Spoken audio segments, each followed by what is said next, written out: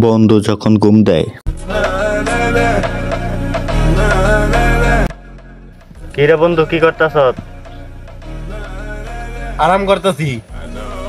এবার করে আরাম করলে কি তোর ভবিষ্যৎ ঠিক থাকবো? ভবিষ্যতে তোর কামলা পয়সা খান রাখবো, এটা কি ভাইবা দেখছো একবারও?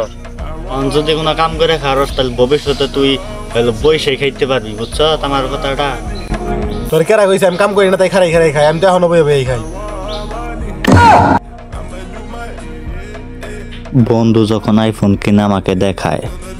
এই খারাপ, তুই বলে আইফোন কিনছ? আইফোন তো কিনছি। বন্ধু আইফোনটা দেখাও তাহলে। এই যে আইফোন। এটা আইফোন আর কিবা করে, এটা তো রিয়েলমি।